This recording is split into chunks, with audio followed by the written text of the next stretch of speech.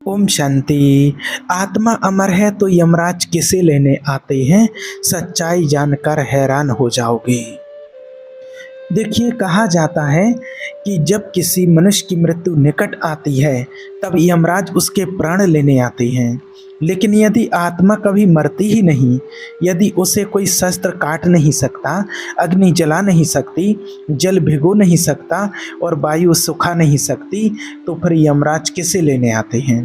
क्या वे आत्मा को लेकर जाते हैं, या फिर जिस सत्य को हम बचपन से सुनते आए हैं उसके पीछे कोई ऐसा रहस्य छिपा है जिसे जानकर मनुष्य की मृत्यु के प्रति पूरी समझ बदल जाती है? यही प्रश्न कभी आपके भी सामने खड़ा हो सकता है, और वो प्रश्न इतना विचित्र होता है कि सुनने वालों की आंखों से संसार का भ्रम उतरने लगेगा।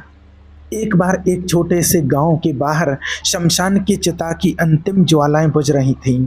लोग धीरे धीरे लौट चुके थे, पर शंकराचार्य वहीं खड़े थे। उनके साथ कुछ शिष्य भी थे।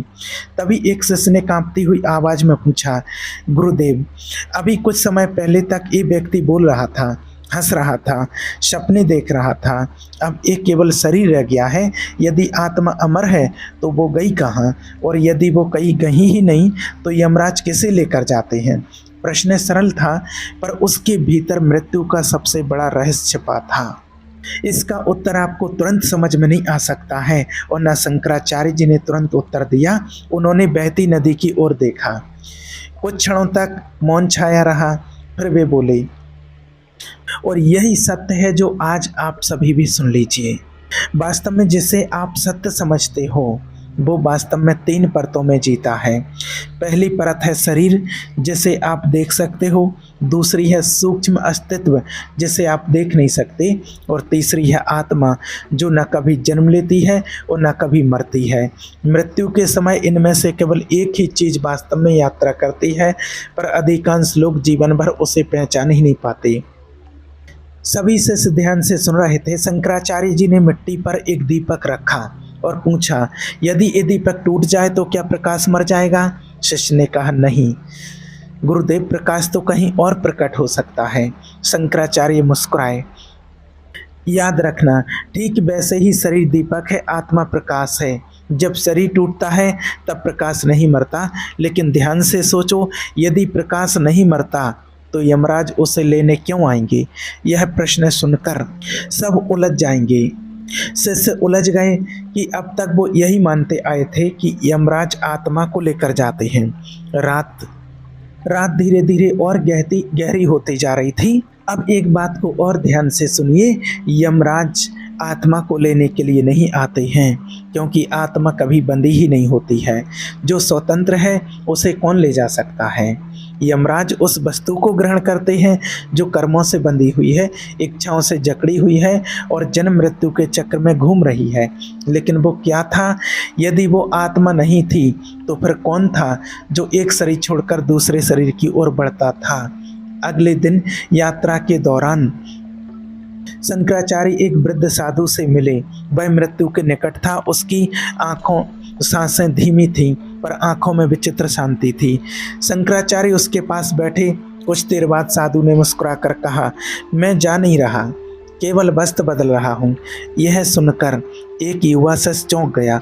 उसे लगा कि यह केवल सांत्वना देने वाली बात होगी, लेकिन शंकराचार्य ने उसी क्षण कहा, यही वो अंतर है जिसे संसार नहीं समझता।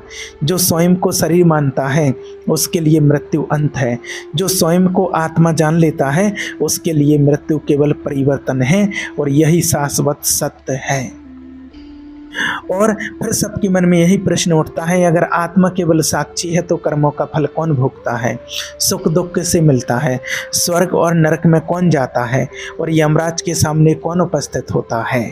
तो देखिए, इसका उत्तर यही है, आत्मा तो वास्तव में केवल प्रकाश है। भोगने वाला कुछ और है। वही जन्म लेता है, वही रोता है, वही हंसता है, वही डरता है और वही मृत्यु से कांपता है। ये सुनते ही सबके अंदर जैसे एक नई खिड़की खुल गई, लेकिन रहस्य अभी भी अधूरा था। एक संध्या हिमालय की तलहटी में विश्राम करते समय शंकराचार्य ने अपने शिष्यों को सपने का उदाहरण दिया। उन्होंने पूछा, जब तुम सपने में भागते हो, डरते हो, रोते हो, तब ये सब कौन अनुभव करता है? शिष्यों ने कहा, हम। तो शंकराचार्य बोले, लेकिन जागने के बाद तुम्हें पता चलता है कि वह अनुभव वास्तविक नहीं था। उसी प्रकार आत्मा जागृत चेतना है, जबकि जो जन्म और मृत्यु के बीच भटक रहा है वह एक प्रकार का स्वप्न दृष्टा है।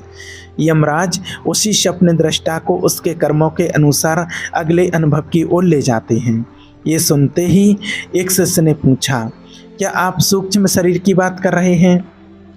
शंकराचार्य ने उसकी ओर देखा और कहा, हाँ, पर केवल इतना जान लेना पर्याप्त नहीं है। सूक्ष्म शरीर केवल कोई अदृश्य आकृति नहीं है, उसमें तुम्हारी इच्छाएं हैं, तुम्हारे भय हैं, तुम्हारी अधूरी कामनाएं हैं, तुम्हारे कर्मों की छाप है। वही मृत्यु के बाद भी बना रहता है। शरीर मिट्टी में मिल जाता है, पर यह सूक्ष्म बंधन बना रहता है, और जब तक ये बंधन है तब तक यमराज का विधान भी है। वातावरण अचानक धीरे धीरे गंभीर होने लगता है और सभी यही सोचने लगते हैं कि अगर आत्मा वास्तव में कभी नहीं मरती तो फिर मनुष्य मृत्यु से इतना भयभीत क्यों रहता है? तो देखिए, इसका उत्तर है कि भय आत्मा को नहीं होता है, भय उस झूठी पहचान को होता है जो स्वयं को शरीर, नाम और संबंधों तक सीमित समझती है। मृत्यु के समय जो कांपता है वो आत्मा नहीं, अहंकार होता है। जो चिपका रहता है वो आत्मा नहीं, वासना होती है। जो छोड़ना नहीं चाहता है वो आत्मा नहीं, मन होता है। अब एक और आपके सामने नया रहस्य खुल रहा है। आपको पहली बार समझ आएगा कि मृत्यु वास्तव में शरीर की नहीं, पहचान की परीक्षा है। लेकिन एक और यहाँ गहरा प्रश्न आता है, यदि कोई व्यक्ति जीवन में ही आत्मा को जान ले तो क्या यमराज उसके पास नहीं आते हैं? तो देखिए, यमराज का नियम तो सब पर लागू होता है, पर ज्ञानी और अज्ञानी के अनुभव में आकाश और पाताल का अंतर होता है। यही परमात्मा हमें सत्य ज्ञान की राह दिखाते हैं, परमात्मा हमें सत्य ज्ञान बताते हैं। अज्ञानी को लगता है कि सब कुछ उससे छीन लिया जा रहा है। ज्ञानी जानता है कि उससे कुछ भी नहीं छीना जा सकता है, क्योंकि जो वास्तव में उसका है वो कभी नष्ट ही नहीं होता। लेकिन इसके बाद जो आपको बताते हैं वो और भी आश्चर्यजनक है। देखिए, कुछ महापुरुषों के अंतिम क्षणों में भय नहीं बल्कि आनंद प्रकट होता है। उनके चेहरे पर ऐसी मुस्कान होती है मानो वे किसी खोई हुई वस्तु को नहीं बल्कि अपने वास्तविक घर को पा रहे हों। कारण ये नहीं कि मृत्यु उनके लिए समाप्त हो गई होती है, कारण ये होता है कि वे जान चुके होते हैं कि यमराज केवल उस यात्री के मार्गदर्शक हैं जो अभी भी यात्रा में हैं। आत्मा तो कभी यात्रा पर निकली ही नहीं थी। ये सुनकर और भी अनेक लोगों के अंदर अनेक वर्षों से जमा धारणाएं भी टूटने लगती हैं और समझ आने लगता है कि शायद मृत्यु का सबसे बड़ा भ्रम यही है कि हम आत्मा और सूक्ष्म अस्तित्व को एक ही मान लेते हैं। इसी भूल के कारण हम सोचते हैं कि यमराज आत्मा को ले जाते हैं, जबकि सत्य कहीं अधिक सूक्ष्म है। पर यदि ऐसा है तो फिर उन लोगों के अनुभवों का क्या जो मृत्यु के निकट जाकर वापस लौट आए और जिन्होंने विचित्र लोकों, प्रकाश और दिव्य शक्तियों का वर्णन किया? तो देखिए, मृत्यु के बाद जो सबसे पहले सामने आता है वो कोई बाहरी न्यायालय नहीं होता है। सबसे पहले मनुष्य अपने ही संचित संस्कारों से मिलता है। वही उसके लिए स्वर्ग भी बन सकते हैं और वही नरक भी। यमराज का वास्तविक रहस्य यहीं से आरंभ होता है। और यह कहते हुए शंकराचार्य जी ने धरती पर एक रेखा खींची और फिर उसकी ओर संकेत करके बोले, जिस दिन तुम समझ जाओगे कि बस इस रेखा के एक और आत्मा है और दूसरी ओर कर्मों से बंधा सूक्ष्म यात्री, उसी दिन आपको पता चल जाएगा कि मृत्यु के क्षण वास्तव में किसे बुलावा आता है। शिष्यों की दृष्टि उस रेखा पर टिक गई।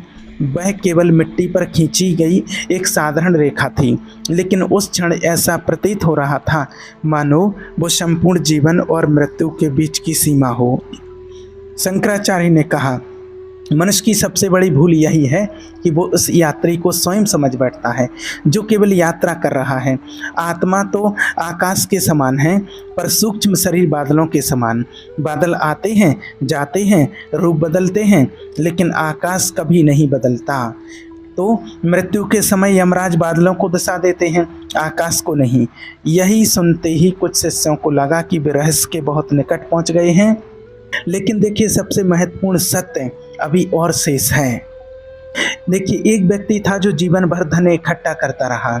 उसके मन में एक ही विचार था, और अधिक। जब मृत्यु का समय आया तो उसका शरीर शिथिल हो गया, पर उसकी चेतना बार बार अपने खजाने की ओर भाग रही थी। उसके परिवार वालों ने देखा कि उसकी आंखें खुली हुई थीं, जैसे वह किसी अदृश्य वस्तु को पकड़ने का प्रयास कर रहा हो। शंकराचार्य ने कहा, यही वास्तविक बंधन होता है। शरीर छूट गया पर इच्छा नहीं छूटी, और जब इच्छा नहीं छूटी तब यात्रा समाप्त नहीं होती है। इसलिए देखिए शिष्य भी समझ रहे थे कि मृत्यु के बाद भी कुछ ऐसा है जो मनुष्य को खींचता रहता है, जैसे कोई अदृश्य धागा। तभी एक शिष्य ने पूछा कि गुरुदेव, क्या यमराज वास्तव में किसी रूप में आते हैं? प्रश्न सुनकर वातावरण में गहरा मौन सा छा गया।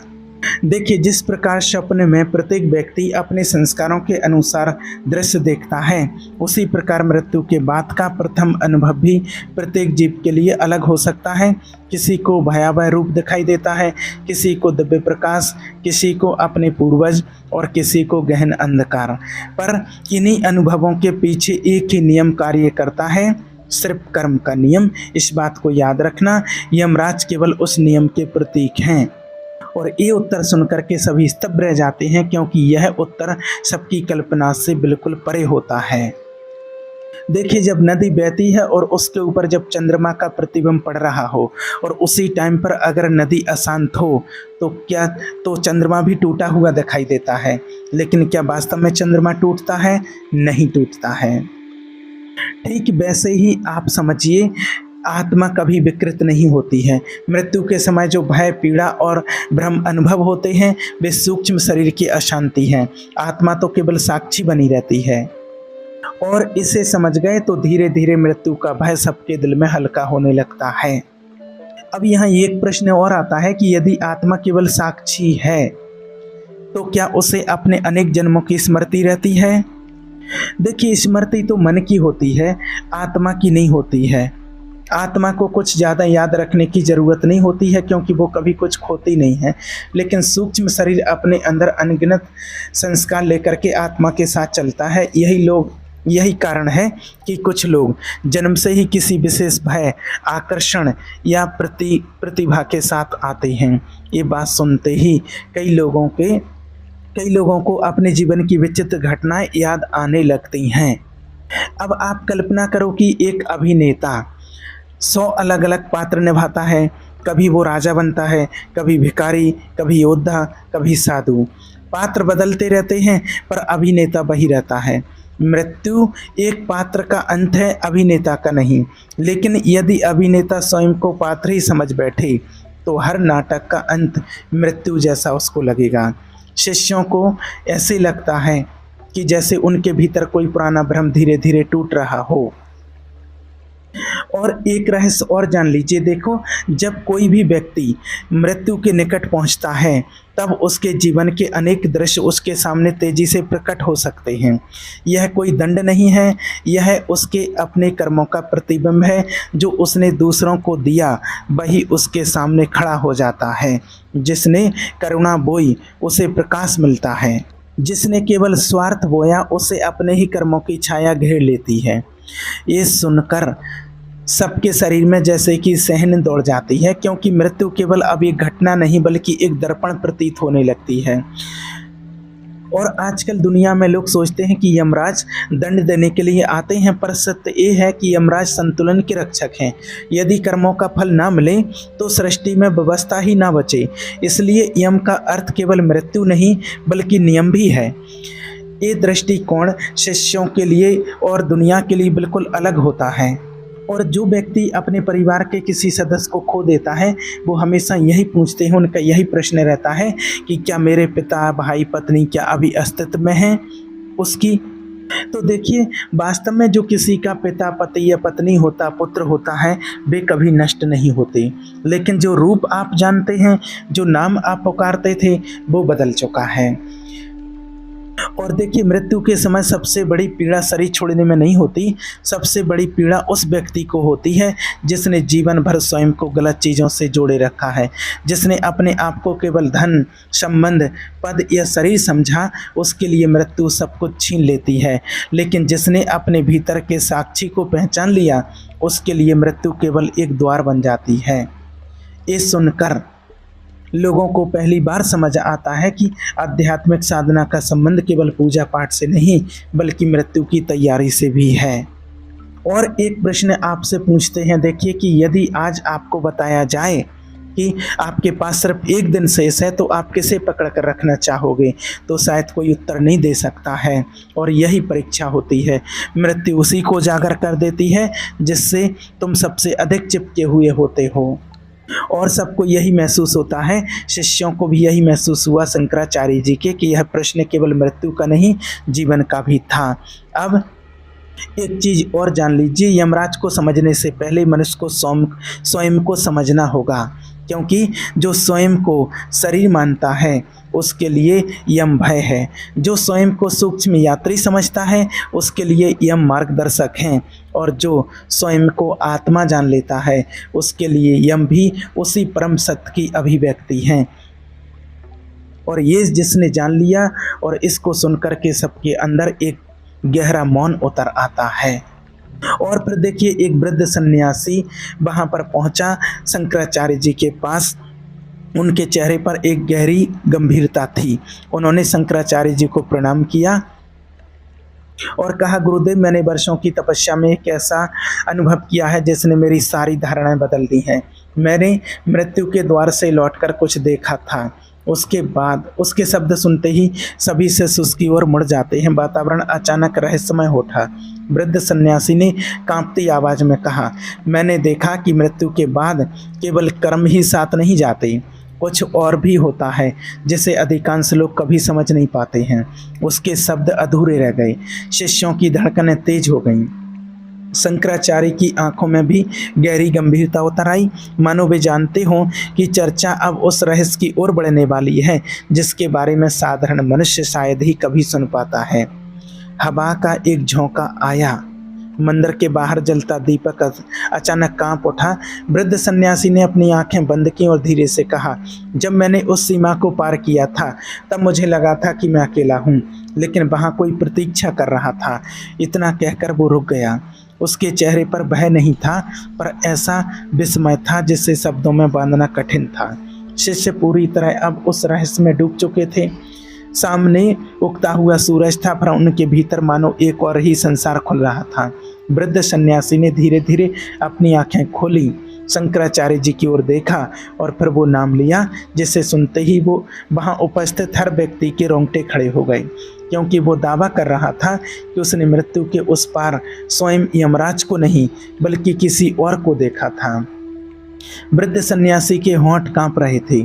कुछ क्षणों तक वो मौन बैठा रहा, मानो स्मृतियों के किसी ऐसे द्वार को खोलने जा रहा हो जिसे बरसों से बंद रखा गया था। फिर उसने धीरे से कहा, मैंने यमराज को नहीं देखा था, कम से कम उस रूप में नहीं जैसा लोग चित्रों में देखते हैं। मैंने सबसे पहले अपने ही जीवन को देखा था।